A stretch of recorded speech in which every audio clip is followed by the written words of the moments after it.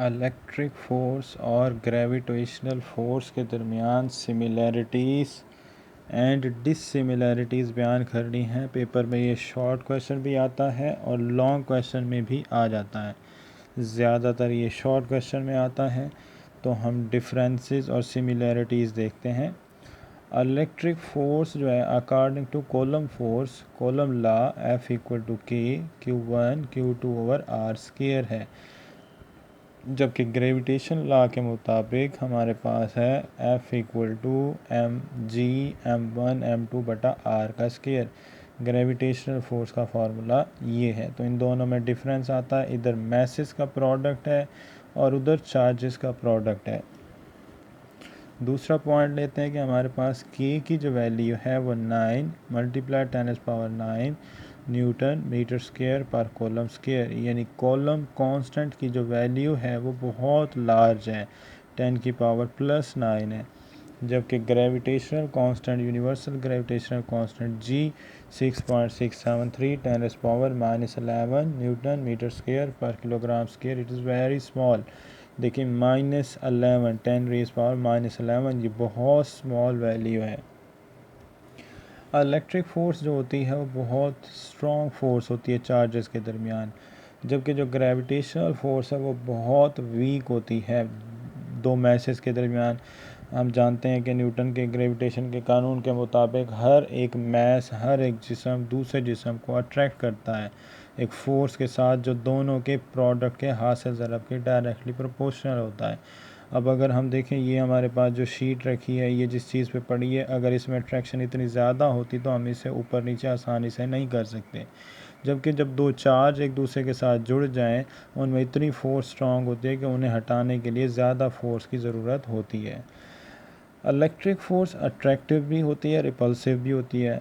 Like charge repel करता है, unlike charge attract करता है। ग्रेविटेशनल फोर्स जो होती है वो ओनली अट्रैक्टिव होती है, ये सिर्फ अट्रैक्ट करती है, रिपेल नहीं करती।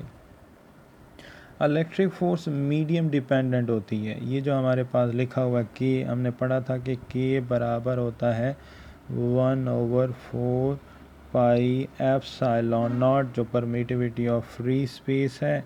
अगर रिलेटिव परमिटिविटी ले लें तो एप्सिलॉन आर, यानी मीडियम पर डिपेंड करता है, जो मीडियम इसमें इस्तेमाल किया जाए।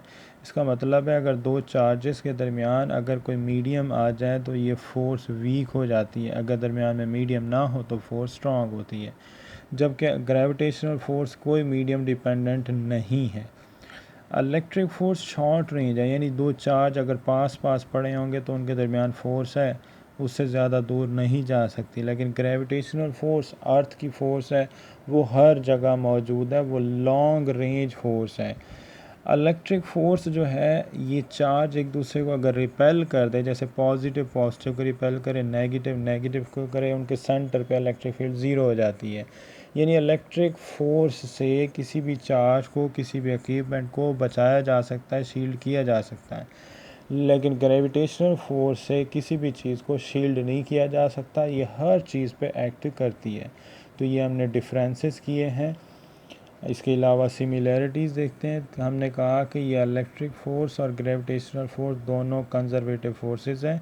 फर्स्ट ईयर में हमने पढ़ा था कि वो फोर्सेस जिनकी वजह से क्लोज पाथ में वर्क ज़ीरो आ जाए या उनका वर्क किसी पाथ पे डिपेंड ना करता हो तो वो कंजर्वेटिव फोर्सेस होती हैं। फिर इन्वर्स स्केयर लॉ फॉलो करती हैं। इसमें भी F inversely proportional to R square है, इसमें भी F inversely proportional to R square है। दोनों में इन्वर्स स्केयर लॉ है। जैसे जैसे डिस्टेंस बढ़ता जाता है फोर्स डिक्रीज़ होती जाती है। अगर डिस्टेंस डबल हो जाएगा, डबल का स्केयर लेंगे 4 time, it mean force 4 time decrease हो गई है। अगर डिस्टेंस हाफ हो गया 1/2 का स्केयर लेंगे 1/4, 4 ऊपर चला जाए तो it's mean force 4 time increase हो जाएगी। तो इन्वर्स स्केयर लॉ फॉलो होता है। और बे सुपरपोजिशन प्रिंसिपल, सुपरपोजिशन मीन दोनों फोर्सेस को सुपरपोज भी किया जा सकता है, एक दूसरे के साथ मिलाया भी जा सकता है।